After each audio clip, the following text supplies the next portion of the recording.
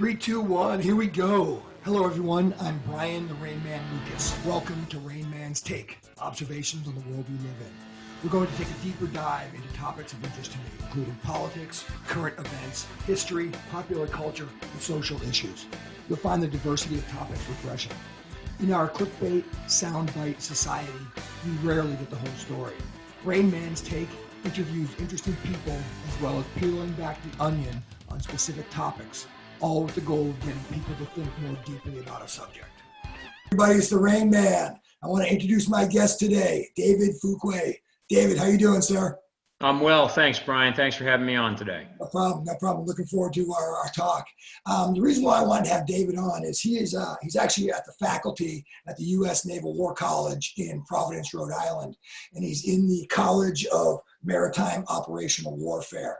And he's going to tell you here in a second, but David is a retired Marine colonel. The fact that I was in the Marine Corps made me very interested and wanted to talk to him a lot about what's going on in the world today. And a lot of the stuff that we're going to talk about is currently being overshadowed by all the craziness in Washington and what we're hearing in the news.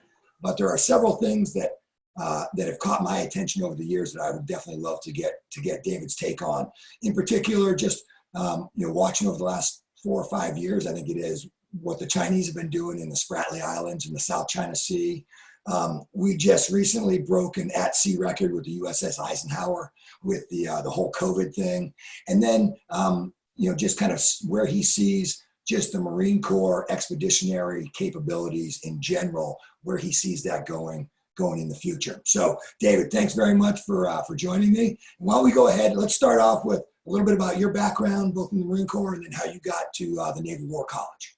Yeah, happy to share, Brian.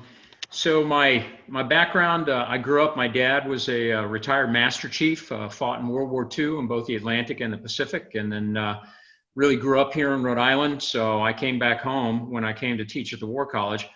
After high school, went to the Naval Academy and very quickly realized that I didn't want to drive big gray ships, had some great role models that were Marine officers, and it was time for me to go in the Corps. Best piece of advice I got was from a US Navy captain who said, you're especially in the Marine Corps, you want to get your hands on as many Marines to lead as you can as early as possible. And so that was a big reason why I went infantry. I was an infantry guy for all 30 years of active duty. Was very lucky that I commanded an infantry unit at every rank from second lieutenant to colonel, to include an infantry battalion. I was the commanding officer of 1st Battalion, 6th Marines from 2001 to 2003. My last job, for my last 2.5 years, I was the chief of staff and then also the commander of the 2nd Marine Division at Camp Lejeune, and that's where I retired from back in 2010. But I had a very unusual career as an infantry officer, is that if I wasn't in an infantry unit, I was in academia. I was fortunate that the Marine Corps sent me to graduate school at Duke University, and I earned a master's degree in military history. The payback was 3 years teaching at the Naval Academy back in the early 90s. I was also an academic fellow for the Commandant of the Marine Corps. I spent a year in residence out at Ohio State University doing research and writing, working with a gentleman by the name of Alan Millett, who was a retired Marine Reserve colonel, but also one of the foremost historians of the Marine Corps around in the last 30 or 40 years. So a tremendous role model for me there. I spent a year here at the Naval War College as a student, and then I returned to the Naval Academy from 2004 to 2007, where my title was the Deputy Commandant of Midshipmen, but it's really I was the Dean of Students there for that period of time. And so I kind of unique. I've been in the Pentagon twice in my life for a total of about 90 minutes. So I actively avoided Washington, D.C. But when I came in zone for colonel, that was in 2002, I had more deployed time and more sea time than any officer on active duty in the Marine Corps at that point. Wow. So I was really either I was, in the mix in an infantry unit, doing something out there, or I was in academia, having fun teaching young, whether it be men and women at the Naval Academy or someplace else. So I had a great time. I think the most unique tour that I had, I also spent 2 years as the US Marine Exchange Officer to the British Royal Marines. Very cool. So I spent 2 years working at Headquarters Royal Marines. I almost needed a new liver when I came home.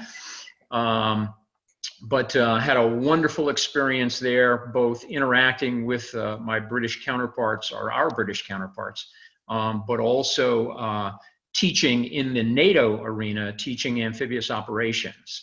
And I got to tell you, I worked with just about every Marine Corps or naval infantry organization in the world at one point or another, and there's nobody I would want on my flank in a combat situation more than a British Royal Marine. They are just top notch. Yeah, it's funny that you mentioned that, because I got a couple of friends who did exchange tours with some of the squadrons over there, and they say the exact same thing. They drink a lot. Yeah. I love it. I love it. So, and then how long have you been at the Naval War College? Within a year of my retirement, I got offered a position here as an associate professor, and much of that was based upon, again, my own academic background and experience. Was able to step into a relatively new program. The College of Maritime Operational Warfare has really only been around for about 10 years. And it really is, it derived from a recognition from a large number of Navy flag officers that the US Navy had essentially lost the ability to fight a fleet.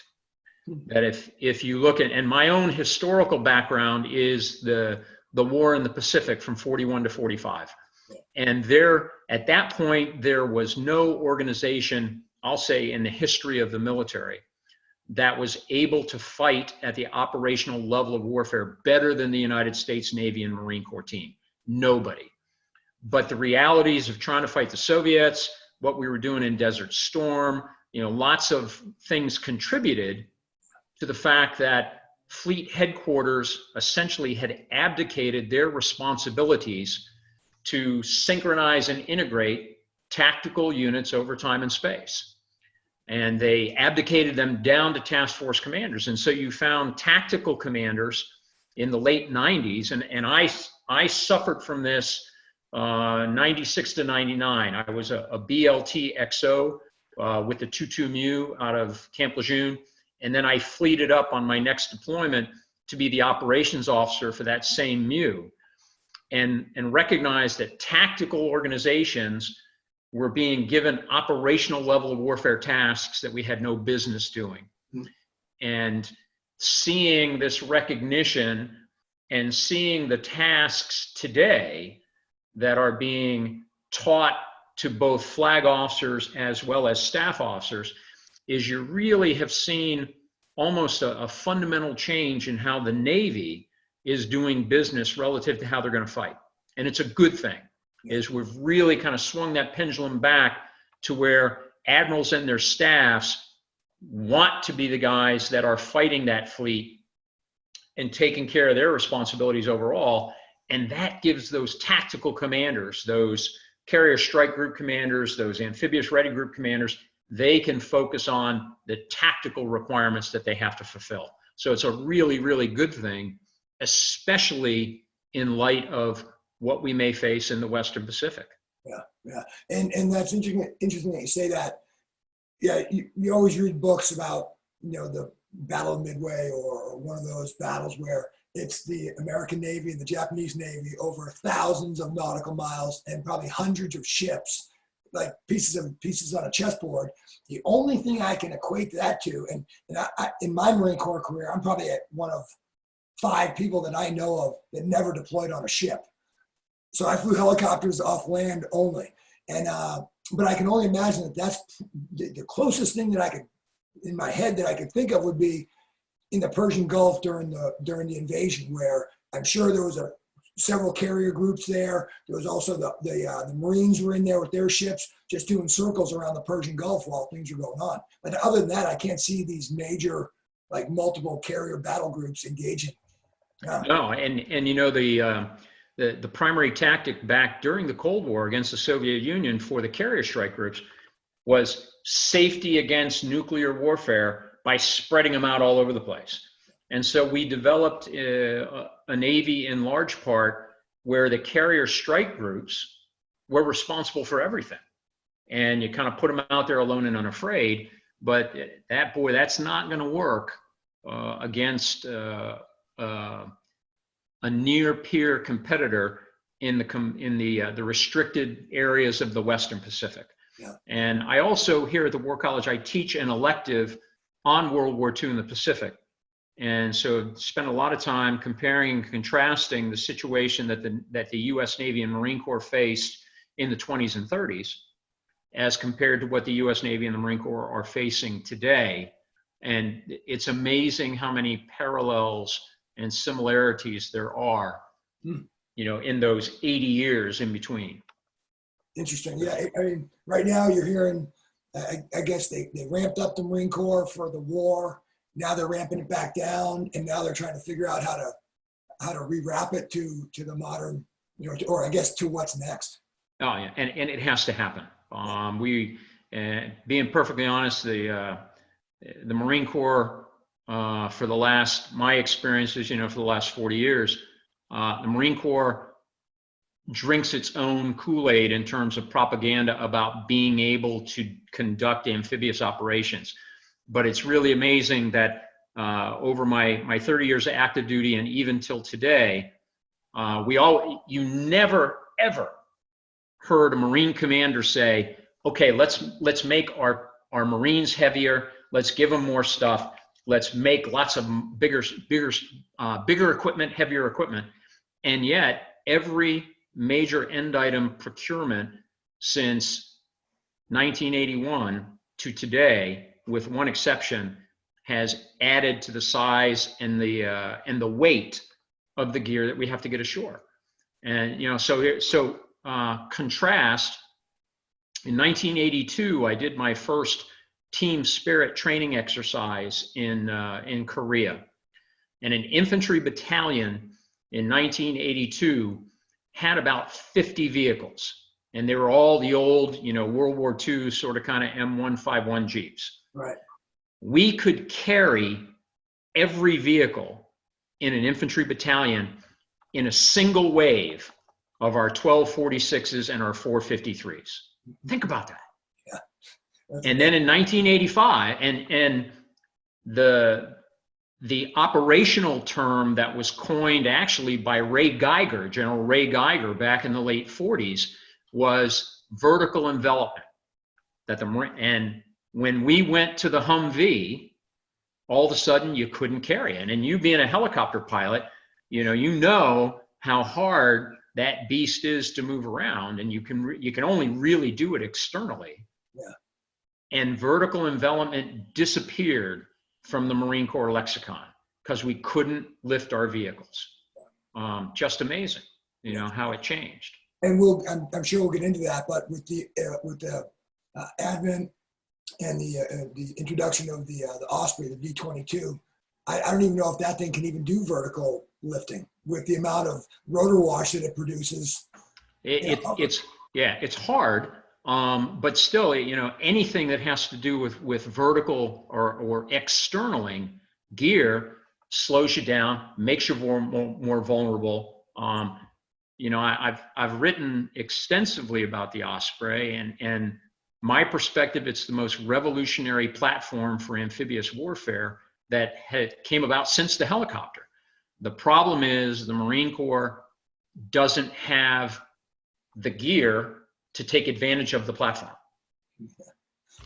So all you can do is put 24 Marines in there with their, the leather personnel carriers. You dump them in an LZ, and they're there, and they're no better than the 24 Army soldiers who just jumped out of a C-130 with a parachute. The end result is the same, and it undermines the Marine Corps' tactical and operational capability without a doubt. Interesting. One of the things I wanted to ask you, I was thinking about this before we got on. Now, obviously, you've got 30 years of military experience. Most of the faculty there are either former military or active duty military. How much interaction does the War College have with the Pentagon in terms of teaching and future? Like, I mean, obviously you guys are looking probably 5, 10, maybe even more years down the road. How much interaction do you have with the Pentagon in planning that out? Sure. First off, let me just a small correction for you is that common assumption is that that the Naval Services education program have almost exclusively military professors, and in fact, that's not the case. Really? Okay. At the Naval Academy, the faculty is about 50-50, civilian and military, and that's about the same here. Okay. Is that one of the great benefits of the Naval War College as compared to the other services, and I'm familiar with Carlisle for the Army and also for the Air Force War College down in Alabama. We have a similar ratio in terms of civilian professors here. And the civilians who are here in large part give the Naval War College a reputation in academia that is really unmatched. That if you have a master's degree from Carlisle, from the Army War College, not that it's condescendingly looked at, but if you're walk into a seminar at Harvard and you have a master's degree from the Naval War College, there's immediate level of respect for the academic rigor that's required for you to earn that. So that's a really good thing for us.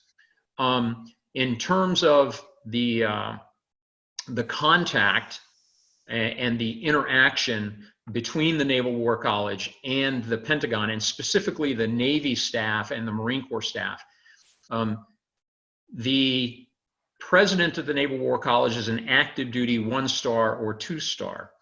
And yet that position is what's called an Echelon 2 command, which means the president reports directly to the Chief of Naval Operations. Okay. So essentially given a level of priority that's reserved really for our fleet commanders and the equivalent, which gives us a tremendous amount of interaction at the highest levels of the Navy and the Marine Corps, which is a great thing.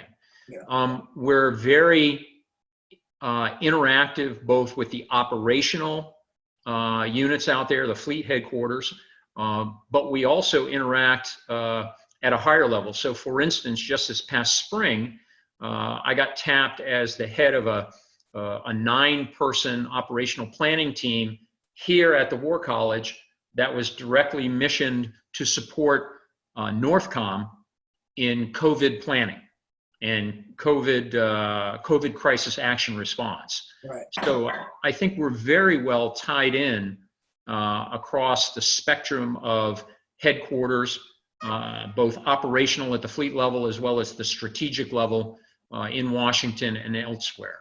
So I think we do really, really well on that idea.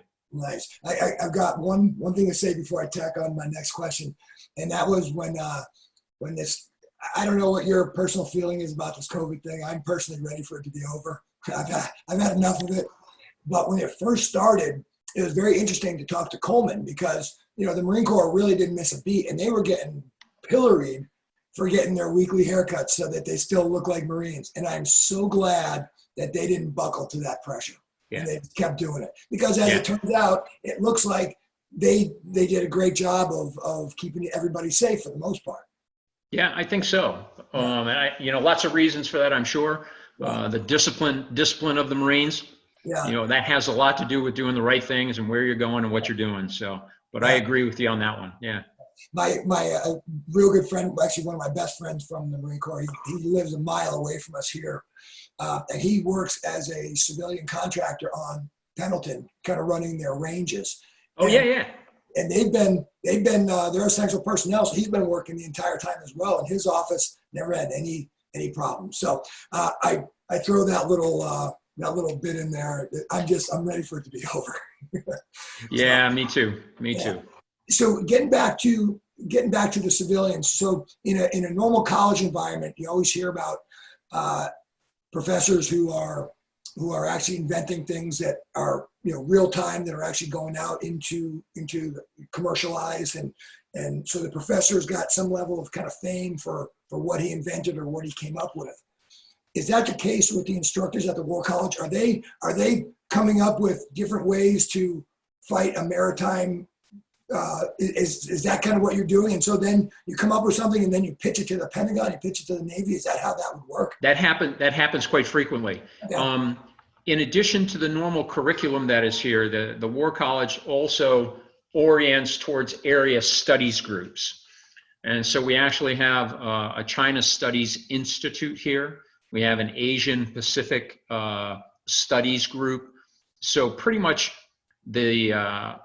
aligned with the geographic combatant commanders.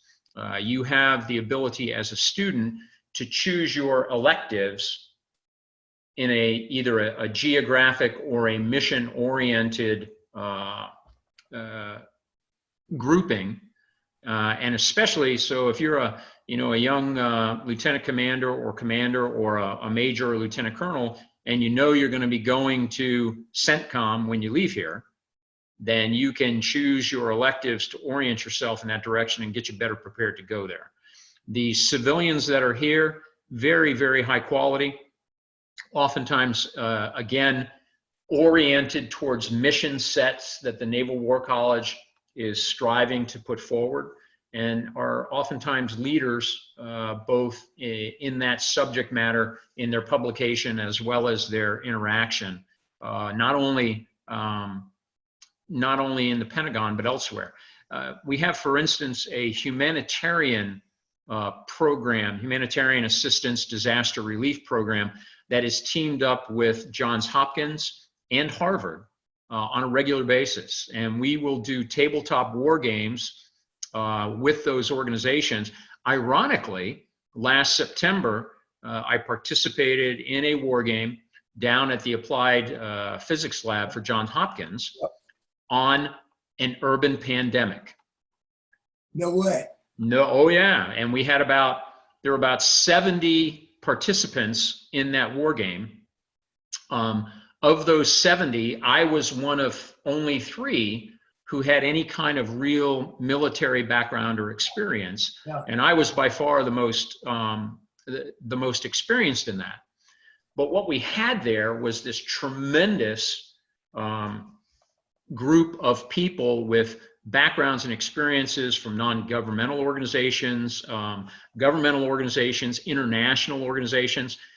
My partner in one of the exercises had been a gentleman from the State Department who had been the lead supervisor for the US response to the Ebola breakout back in 2016. Wow. I mean, I'm sitting here just like, holy cow. Yeah, yeah. And when that got around, when COVID, last January, February, when COVID started to become and present itself or manifest itself as a big problem, there were a lot of people knocking at the door here at the Naval War College to see the results of those findings. And a lot of those findings were reflected in some of the things you started seeing coming out of Washington, D.C., the CDC, yeah. Et cetera. Yeah. Fascinating. I graduated from Hopkins in '92. So, okay. Yeah. And as a matter of fact, one of the people that I've met, alumni from Hopkins, when you started talking about the war game you were doing down at the Applied Physics Lab, a guy named Jim Rickards. Does that name ring a bell? No. Anyway, Jim was a attorney, author, geopolitical, geoeconomics, SICE grad. So I would assume the War College probably does a lot of work with the School of Advanced International Studies as well down in DC. So okay. When you said the Applied Physics Lab, my ears kind of perked up. Yeah. So, yeah, that's fascinating. That's real time, and wow, that's incredible. Yeah. So the College of Maritime Operation Warfare started in 2010. Do you guys do a lot of work with the whole piracy issue? Well, yes, we do. Again, back to the purpose of the College of Maritime Operation Warfare. As wonderful and as impressive as the academic education is, the purposes are different. the College of Maritime Operational Warfare really was designed and still continues to educate primarily Navy officers on how to fight. And so we do an awful lot of practical application in the courses that we have. And it's all about maritime mission sets. How do you conduct security? How do you conduct counter piracy? And not at the tactical level again. You know, it's not about how do you fly the helicopter. It's really about how do we integrate the different aviation platforms. Where are we going to base them? How are we going to base them? You know, those kind of things at a higher level of warfare. And our students, whether they be new 1 stars or 2 stars, or whether they are, you know, Navy lieutenants and lieutenant commanders, walk away from the courses here with a much better understanding of what's required, again, to fight that fleet and be effective at that level of warfare. Yeah, interesting. And just kind of piggybacking on that question about the piracy, that always fascinated me as somebody who, you know, doesn't know anything, and it just seemed to me like, why don't you just park a few ships right at the Gulf of Aden or the bottom of the Red Sea, and just be out there waiting for the ships to traverse through there, and just be there as kind of a bodyguard for them. I don't know. I always found it fascinating that little ship full of Ethiopians could take down an oil tanker, you know? You know, it really is amazing. And, you know, one of the biggest challenges that we face is simply numbers. You know, it's amazing. When I was a kid growing up here in Rhode Island, and my dad was, you know, retiring from active duty, there were 80 ships, cruisers and destroyers, based here in Newport. There were 2 aircraft carriers and full aircraft carrier wings at the Naval Air Station here at Quonset Point. Wow. So think about that as compared to the fact that, you know, on any given day today, US Navy has about 280 ships on active duty, period. So it's, you know, mass has a quality all its own. And if you just don't have enough platforms out there, it's really easy for the Ethiopians in a Boston whaler to come up with a machine gun on the bow and say, pull over or we're going to kill you. The concept of big ocean, little boat. Yeah. Interesting. Exactly. So let's kind of start to talk a little bit more about kind of current affairs out there. And in particular, we'll start with the Spratlys in the South China Sea. That, ever since they started doing that, ever since they started showing the satellite imagery of that just blew my mind that A, they were starting it, and B, I guess we just kind of let it happen. Because it happened over a course of several years. And, you know, you start with a little pinprick in the ocean, and the next thing you know, there's a 10,000-foot runway on the thing. Yeah, exactly. And with attack aircraft and surface-to-surface cruise missiles, and they're doing some stuff in there that's going to be difficult to overcome. Yeah, and now, you know, you start to hear the news about all the weapon systems that we're selling to Taiwan right now to kind of help to counteract all that. It seems like things are starting to coalesce and focus in around that little part of the world. Yeah. What is you keep hearing news stories about, you know, the Chinese are known for stealing technology and reverse engineering and all these things. Their Navy is not, obviously they're working on it, but where is it right now relative to being dominant in the South China Sea? Is that something that's imminent in the next couple of years, or is it a generation from now? Boy, kind of speculation on my part. The greater challenge, I think, is not so much at this point, just, you know, the snapshot today is not so much, are they technological peers? Are they technologically behind, technologically in front of us? It's more about, again, quantity and time, space, and force, the three factors that we teach here. You know, and this gets back to the parallel between today and what was going on in the 20s and 30s. You know, back in the 1920s and 30s, if you were to compare the Imperial Japanese Navy and the United States Navy in total numbers, United States Navy got them outmanned or outnumbered by a fairly significant number.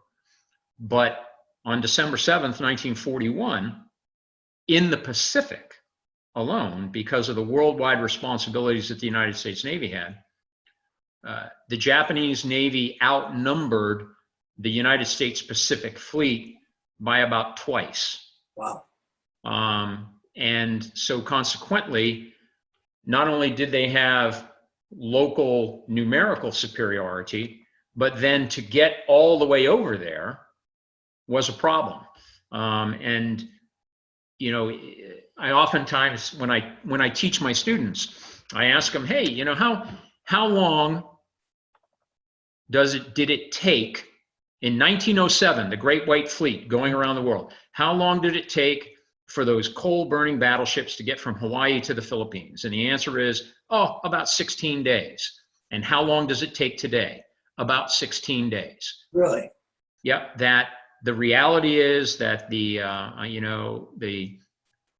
propulsion systems, the fossil fuel propulsion systems that we use today, for the most part, it still takes the same or close to the same amount of time to get places. And when you get there, you still got to have a full tank of gas.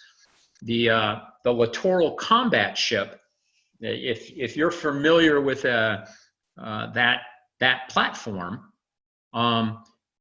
tremendous platform, but with great limitations. And if you've seen the tri-hull version, the Independence class tri-hull version of the LCS, the thing will do 45 knots. It's about 400 feet long, and it'll do 40, 45 knots. But if you run it at 45 knots, it'll run out of gas in 18 hours. It's like a jet in afterburner. And then you got to refuel it. Yeah. So there are still tremendous challenges for the United States working in the Western Pacific logistically, especially when the port systems that we would want to try and take advantage of could be easily targeted by the Chinese with conventional weapons. Yeah. It doesn't have to be a nuke. Yeah. And then if we can't have access to ports, how are we going to sustain ourselves? Our logistical fleet is challenged in terms of numbers. So that actually, I'm going to jump right into it now so I don't forget. That brings up the what we talked about earlier, and the USS Eisenhower, the aircraft carrier that just broke the at sea record, is nuclear powered. So they were just doing silly circles out there, and were they just constantly being replenished? Yep. Because they're not going to run out of gas; they're going to run out of beans and Band-Aids before that. Yeah. Now, I guess the next logical question would be, why isn't every ship that's being built right now nuclear powered? Woo. Gosh, that's way beyond my pay grade, I think. Yeah, that's more of a political. That's more of a political answer than the military. Yeah. Obviously, the advantage is we just saw it. The thing was out at sea for something like 200 and some. Oh yeah. I think a better question with the threat that we're facing, and you're starting to see some of this come out of the Secretary of the Navy and the Secretary of Defense's office. Why don't we have more submarines? And why isn't the Marine Corps, and I'll be very, very critical, and I've written on this before, why isn't the Marine Corps far more engaged in taking advantage of nuclear powered submarines to carry out our amphibious mission than we have? And the reality is we don't. Back in World War II, some of the most famous raids that we carried out were U.S. Marines who were embarked on these large submarines that the U.S. Navy had. And that capability, in large part, that integration of the Navy and the U.S. nuclear submarine fleet essentially has disappeared. And that's unfortunate, because, you know, if you had the right tools and the right platforms, we could get into some of these locations without having to worry about one of the primary Chinese threats that they have, and that being this huge inventory of surface-to-surface cruise missiles. So, you know, I spent a lot of time on LHDs and LHAs and LPDs, and they are big, they're slow, and we only have a few of them. Yeah. I think one of the best initiatives that I've seen out of General Berger, he and I were battalion commanders together. And one of the best initiatives is we have to get away from an LPD that costs us $3 billion.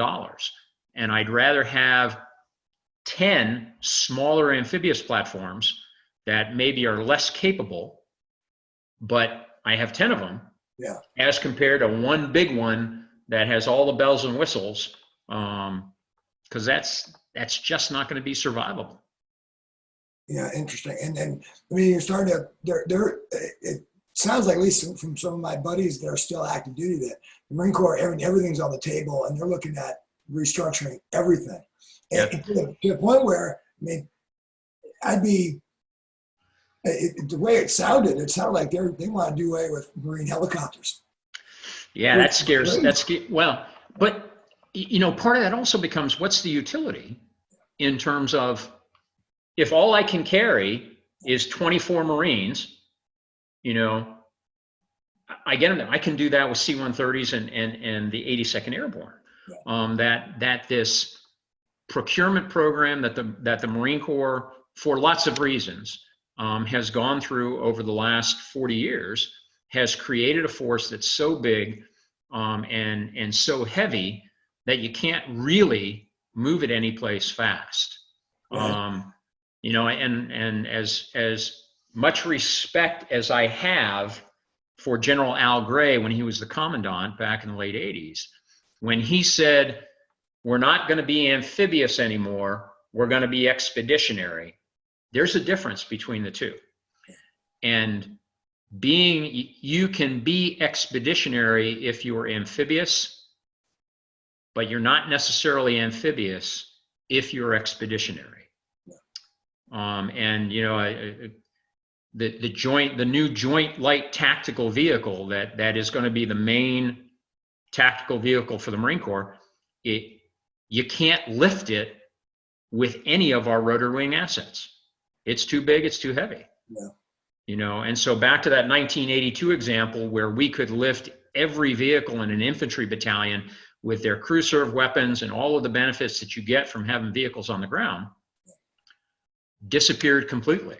And you know, so yeah. And that kind of is the definition of expeditionary, at least what I remember is. Yeah. And just explain that to the people that are listening right now that may not understand the military jargon. When you say the Marine Corps is expeditionary, what are you referring to there?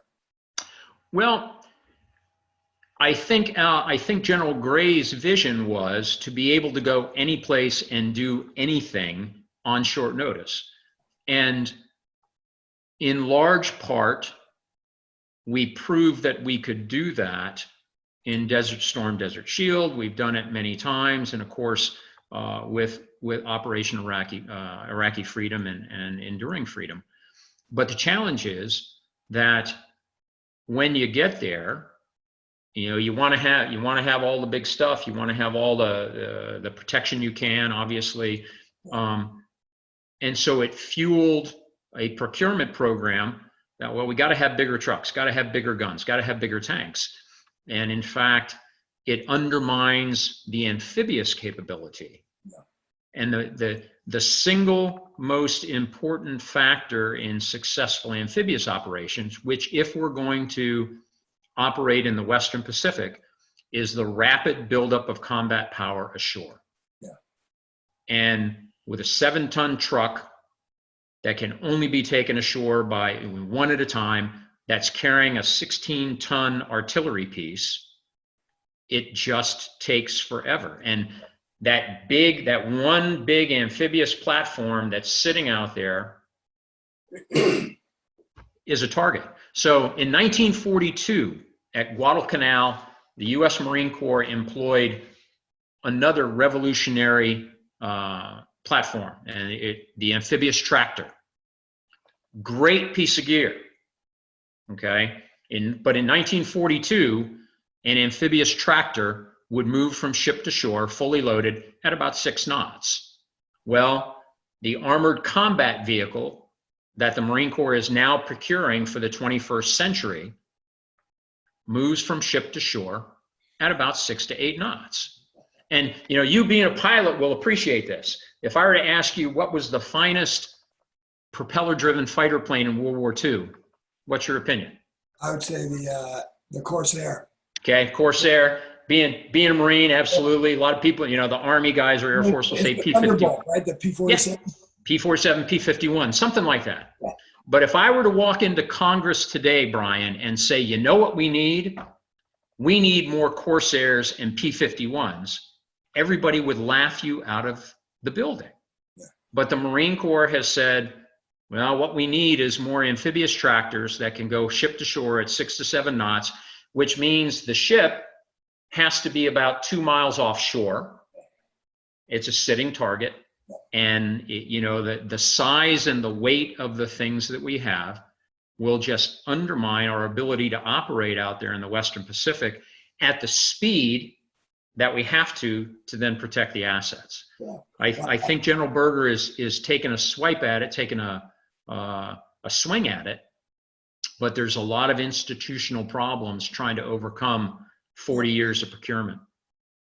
God, that's fascinating because if you think about it, those, and I'll just use the Spratly Islands as an example, if those are the targets and that's what the potential conflict is going to be over, I can't imagine them. I can't see an amphibious assault on those things. I can see heavy bombardment from B-52 waves after B-52s or whatever. So that's fascinating. And the whole idea of the littoral over the horizon fighting, you can't do that with those vehicles. Wow.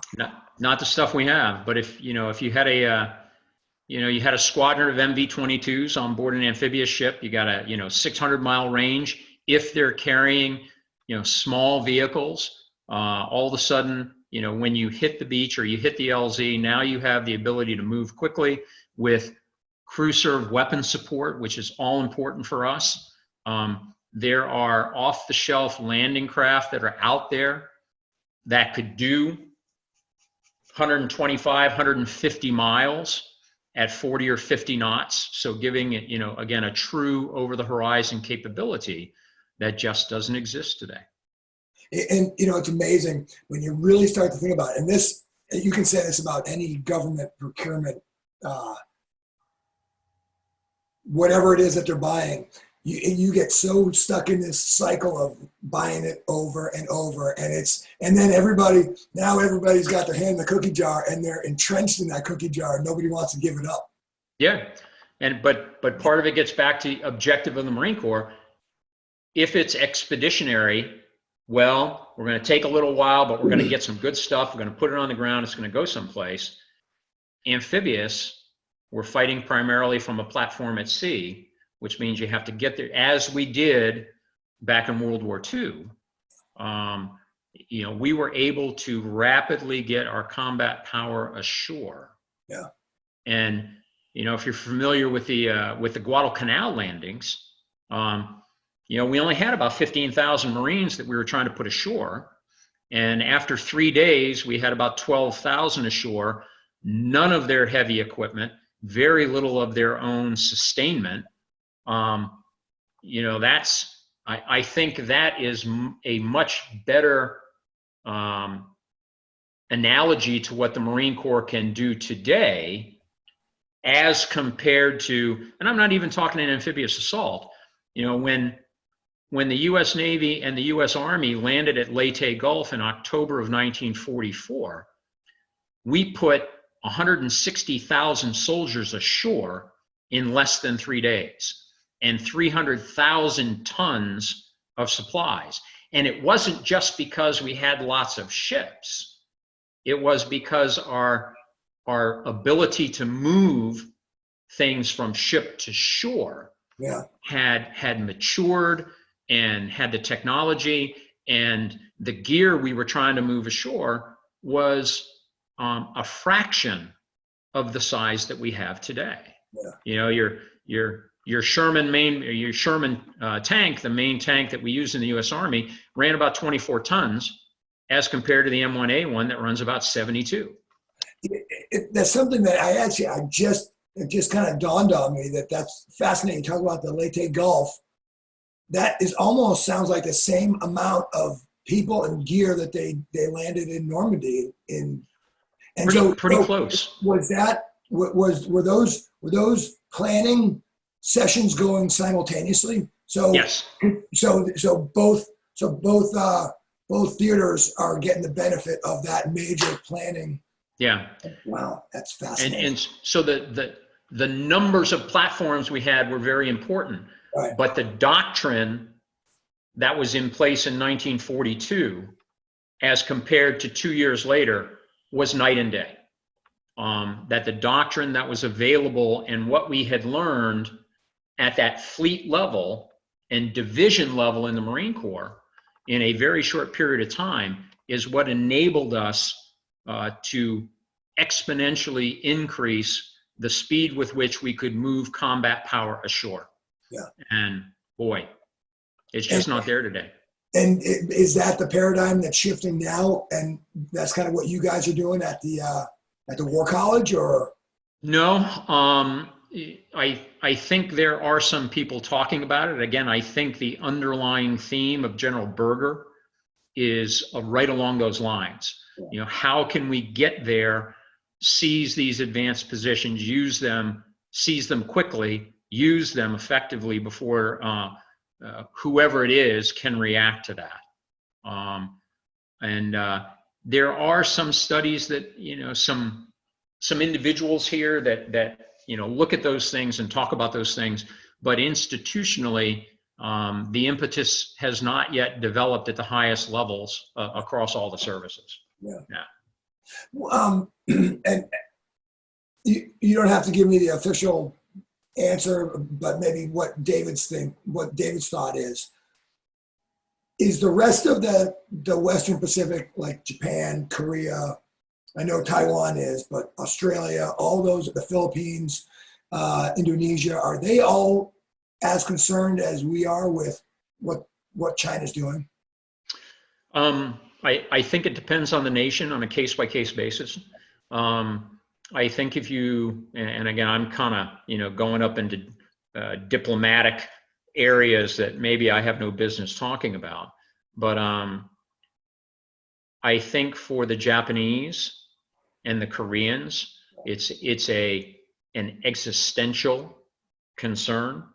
Yeah, their memories are only 70 years old. Yeah.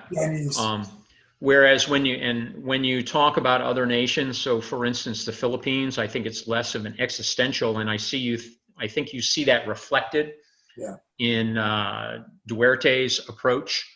I think there would be some willing to concede to the highest bidder approach, and I don't think the Philippines would be the only nation, you know, oriented in that direction. So, yeah, it kind of depends on where you're going to go. Yeah, and then I was just in Vietnam, Laos, and Cambodia last fall. Oh, no kidding. Okay. And it was fascinating because we were in Laos on the Mekong River, and there was a beautiful, brand new, huge, concrete, modern, space-age looking bridge going across the Mekong, and it's all China's Belt and Road Initiative to just tie that whole area under their control. Well, and let me caveat or state this now is that the views and opinions that are being expressed by David Fuquea are his alone and do not represent the official views of the Naval War College or the United States Navy. Perfect.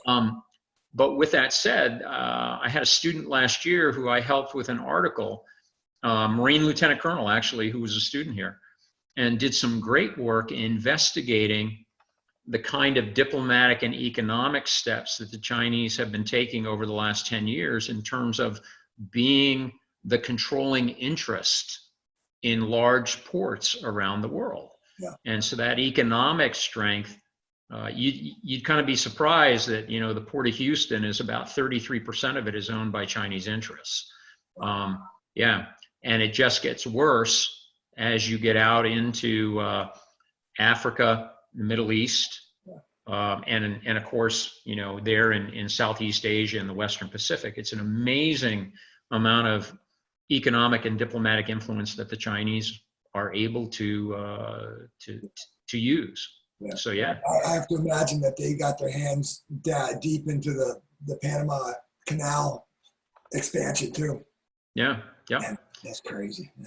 Yeah, the one other thing I heard about while we were there, the Mekong River, the Chinese, its source is somewhere in the Himalayas in China. Yeah. They have 9 humongous dams before the Mekong even gets to Vietnam, Laos, and Cambodia. So they could just turn it off if they wanted to. There is some great truth to that, without a doubt. So, yeah. And then you hear about the Three Gorges Dam that's up on the verge of, well, depending on what to read, is straining right now. So yeah, no doubt. It's that when I read that, it just made me think, okay, this kind of goes back to your original point.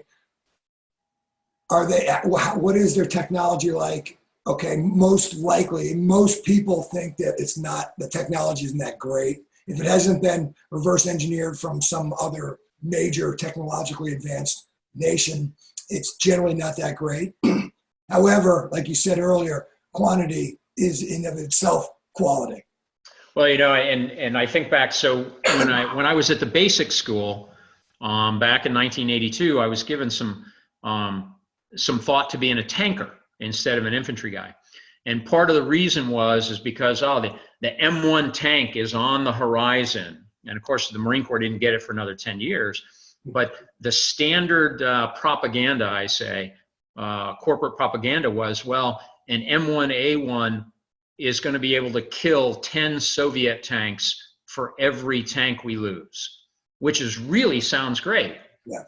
Unless the Soviets have 11 tanks. Game over,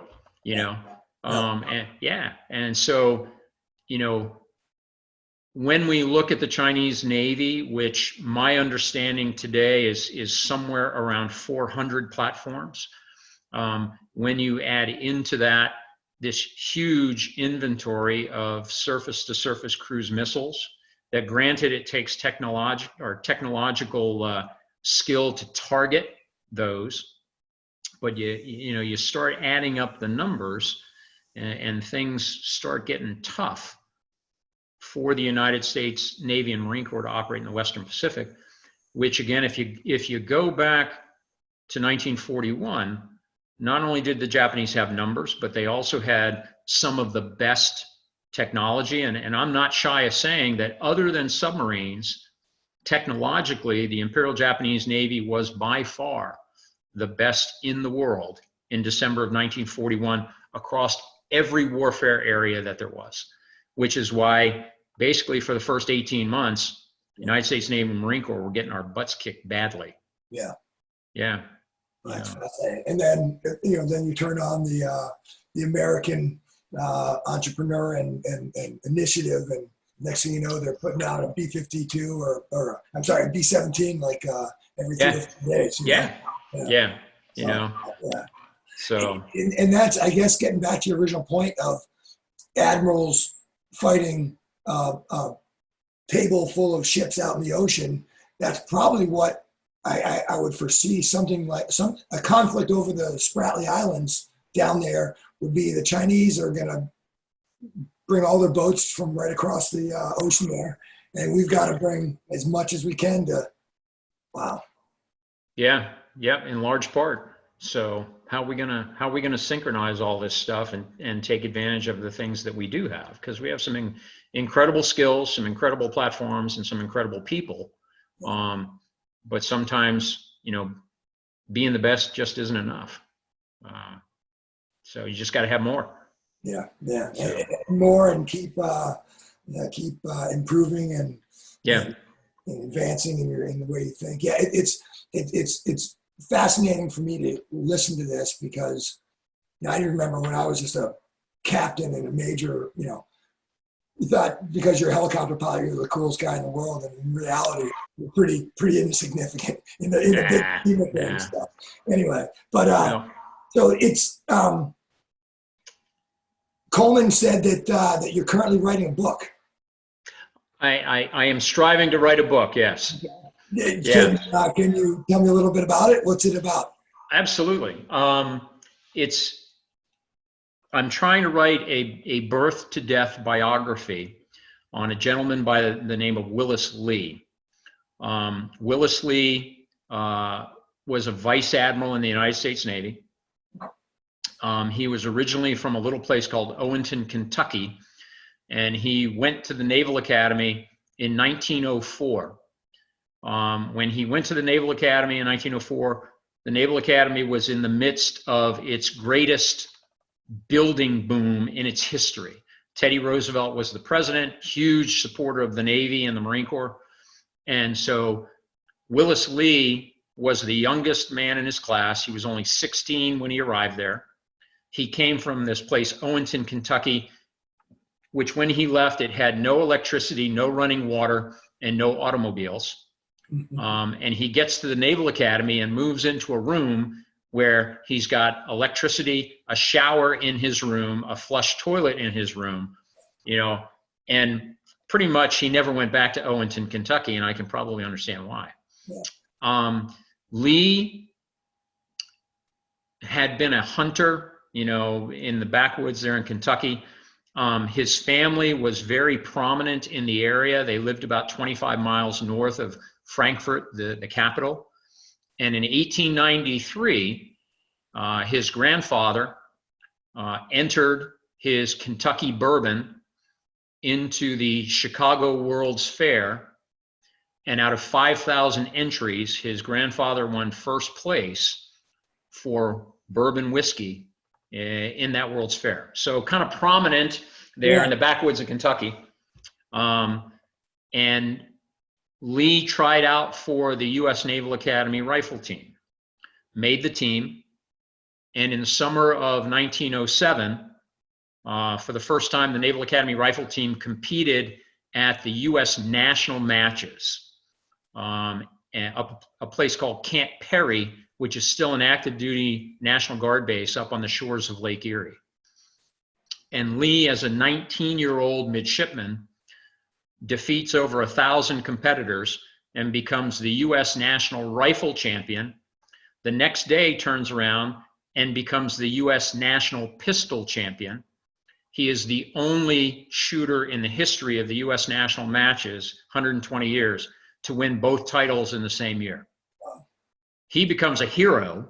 There's a telegram from Teddy Roosevelt to the superintendent of the Naval Academy congratulating Lee. And oh, by the way, Lee was not qualified to be commissioned and graduate because he had bad eyesight.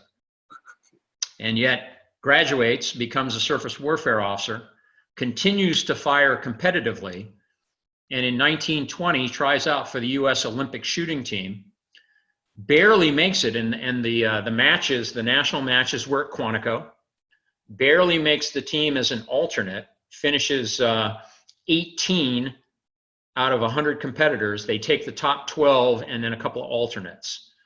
But Lee, for lots of reasons, goes to Antwerp, Belgium, becomes the only US shooter to compete in all 15 events there at the Olympics, and wins 7 medals, 5 golds, a silver, and a bronze, to set the record for the most medals earned in a single Olympiad that stands for 60 years until a Russian gymnast wins 8 at the games that the US boycotted because of the invasion of Afghanistan.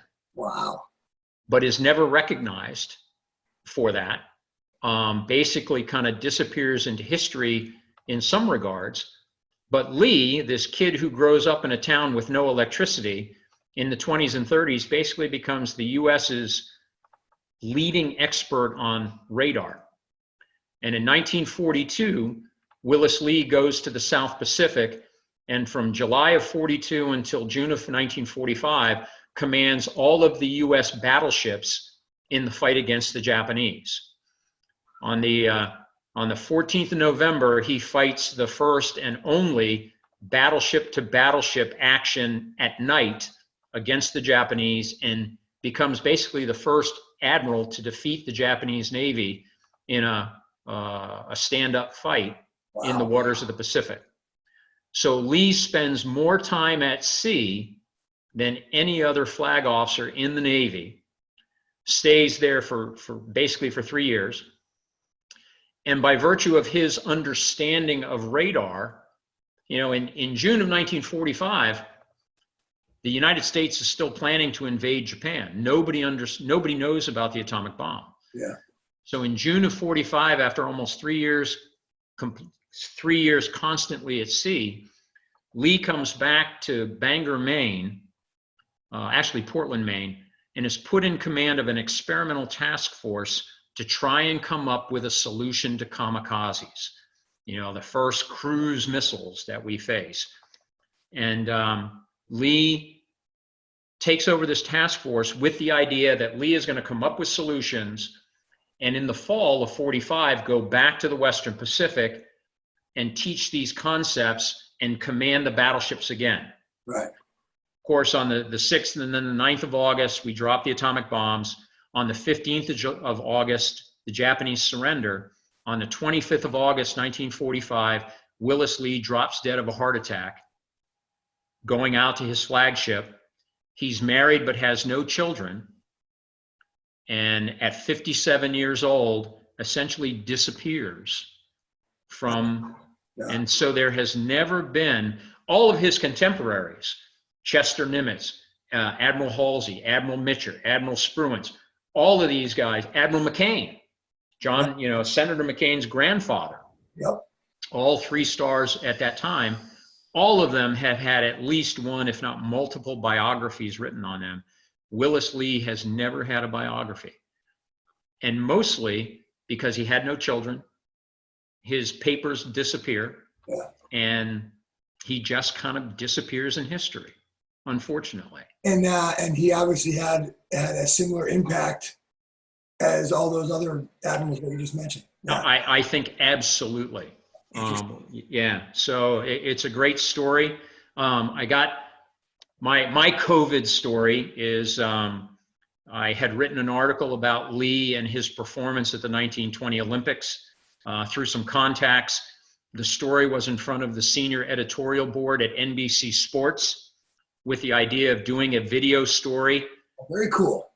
This past summer for the 100th anniversary. Yeah. And then the Olympics got canceled. Oh man. Yeah. So is that something that you'll revisit in the next time around, or? I hope so. Yeah. I hope so. Cool. You know, so I'll try and maintain the contacts and see what happens. But you know, my own oh woe is me COVID story. Yeah. Oh, yeah. Man. Yeah, I love So, it. Is that the only book you've written, or do you have others out there? I have another couple of book ideas, but I have yet to publish a book. I've done, I think, extremely well in terms of publishing articles, both historical as well as contemporary. Yeah. You know, so I published a pretty significant article back in 2012 that ended up winning first place from the Marine Corps Gazette. And it was many of these ideas that I express about the limitations of Marine Corps amphibious capability are in that article. And much like what you see again, General Berger doing, calling for a very different looking Marine Corps than the one you and I grew up in. Yeah. Getting back to a very different force structure and very much oriented towards, again, how do you rapidly build up combat power ashore from amphibious platforms? So let's hit on that just real quick here. What is the timeline? What is Berger's timeline for all this? You know, I don't know. Obviously, it'll be beyond his tenure. Yeah. As the commandant, just by virtue of, there are some things that he can snap his fingers pretty much and say, okay, we're getting rid of tank battalions. And there's a lot of value in that because you can't move this 72-ton tank around. I don't know if when I was an operations officer for MU in the Mediterranean, one of the challenges we faced is somewhere between 30 and 50% of the bridges in Europe can't handle an M1A1 tank. So I put it ashore and it's stuck on the beach because I can't get it off the beach. So he can do some things very quickly. His initiative for smaller and more numerous amphibious platforms, boy, that's a shipbuilding issue that's going to take a long time. And a bigger challenge for the Marine Corps and the Navy in terms of amphibious platforms is the replacement of the new strategic missile submarines. The Columbia class is going to eat the shipbuilding budget of the Navy alive for the next 15 years. Yeah. And we all know that amphibious ships for Marines are the highest priority when it comes to building ships. Not. So, you talk about ballistic missile submarines, carriers, destroyers, replenishment ships, and somewhere way down here under the floor, is now you're talking amphibs. So it's going to be hard. It's going to be a hard thing to do, but I think he's trying, and I think he's really pushing the envelope to make changes that are necessary to keep the Marine Corps relevant over the next 40 or 50 years. Wow, that blows my mind. And speaking of times, or just how long it takes, I remember when I was at OCS in '92, I watched. We were at the chow hall, standing at attention, getting ready to go to the chow hall, and one of the prototype Ospreys was coming into the HMX field right there, and crashed right into the river, right in front of the chow hall. Oh, you were there when that went down. Yeah, and so I tell people that. I tell them that story, and then 8 years later, I'm with 303, the training squadron. We're doing a dead out to Yuma, Arizona for 2 weeks. I go out first to kind of set up the line and the hangar and everything, and then the same hangar that we're going to be using is a bunch of boxes of that balled up one that crashed with all the Maroons in the mountains outside of Yuma. So I tell people that, and I say, oh, and 20 years later, the thing is just common every day. You see them going up and down the beach here in San Diego, and it's the greatest thing ever, but it just took 20 years. Yeah. And so you're familiar with the B-29, the bomber from World War II? Yeah. It went from drawing board to production in 2 years. That's insane. That's insane. Yeah, it really is. So, are we going to have the time to react to a real crisis in the Western Pacific if we need more stuff and lots of it? I don't know. And unfortunately, it's going to harken right back to what Rumsfeld said before the war. You go to war with what you have. Yeah. In a lot of ways, it's true. And I hope that the training is enough to get you through. Thank God, I think it still is, although I haven't been in the Marine Corps in 15 years. So, but we'll see. And Brian, I'll tell you what, I feel exactly the same. And, a story I tell my students is that the Marine Corps, the Navy and the Marine Corps today, and the one that you grew up in, is very different than the one that I started in. When I was at Kaneohe Bay as a platoon commander in 1982, and the vestiges of Vietnam were everywhere in the personnel world. The first time that I stood officer of the day, at that point you had individual company armories, and there were 9 armed posts for my battalion. And I was warned that, hey, you don't go into the barracks after dark. And I said, well, not happening. I said, I got a staff sergeant and me, and we're both carrying 45 automatics. I'm going to go wherever I need to go. Yeah. But there were that kind of issues with everything going on. Yeah, you familiar with the ASVAB? I believe. ASVAB is, the standard test to get or the enlisted side. You can score from 0 to 99.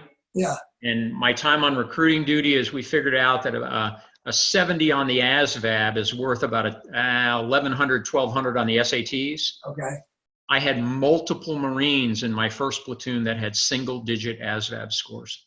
Wow.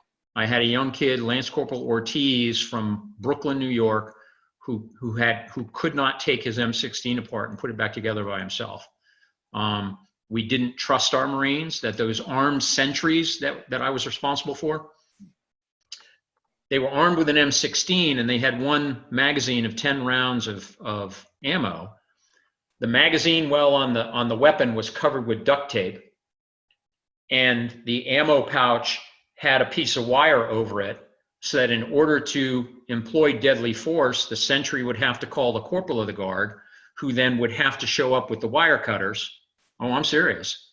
In order to employ deadly force, because we were more afraid that Marines were going to get into intramural firefights than we were about protecting the force and doing the right thing. And I don't know if you know this, but that's the level of trust that we had in young Marines was atrocious. And in Beirut in 1983, the sentries who were on guard that saw the truck bomb coming had no rounds. Oh, man. Yeah. Because we didn't trust them. Yeah. And so from that perspective, I will tell you, General Al Gray, in so many ways, changed the Marine Corps because he realized that we had to trust those Marines to do the right thing. And of course, we've just seen a fundamental change in how the level of quality of everybody that's coming in, and that's still there. And so you're right, is that the ability and the quality of the young people that are in the military today, I mean, my peers and I think we just pale in comparison to how good they are today. I'm sure that has a lot to do with the fact that it's all volunteer force at this point.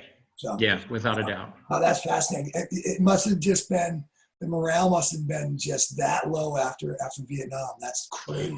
It was tough. Yeah. Wow. Very interesting and tough, but it's a wonderful foundation to look back upon and to share, with young officers and enlisted today, that when you're the typical bitching and moaning, hey, it really could be much worse. Yeah. So. Wow. Well, listen, David, thank you very much for your time. This has been great conversation. I really, really enjoyed it. Well, and Brian, if you're good with it, I'll reach out to many of my colleagues at the War College who just offered up if they're interested in talking to you. I'd love to. Would love that. And next time you're out here in San Diego, let's have a drink and catch up. You got a deal. Thank you very much for your time. All right. Hey, everybody, that was David Fuquea. David, thanks again. I'll leave it at this, guys. If you're in the Marine Corps or the military, the police department, fire departments, and first responders, if that's you out there, thank you very much for your service. Stay safe. This is the Rain Man. Thanks. Bye-bye. Thanks for watching Rain Man's Take, observations on the world we live in. If you like the content, don't forget to hit the subscribe button below. You can also follow Rain Man's Take on Instagram at Rain Man's Take.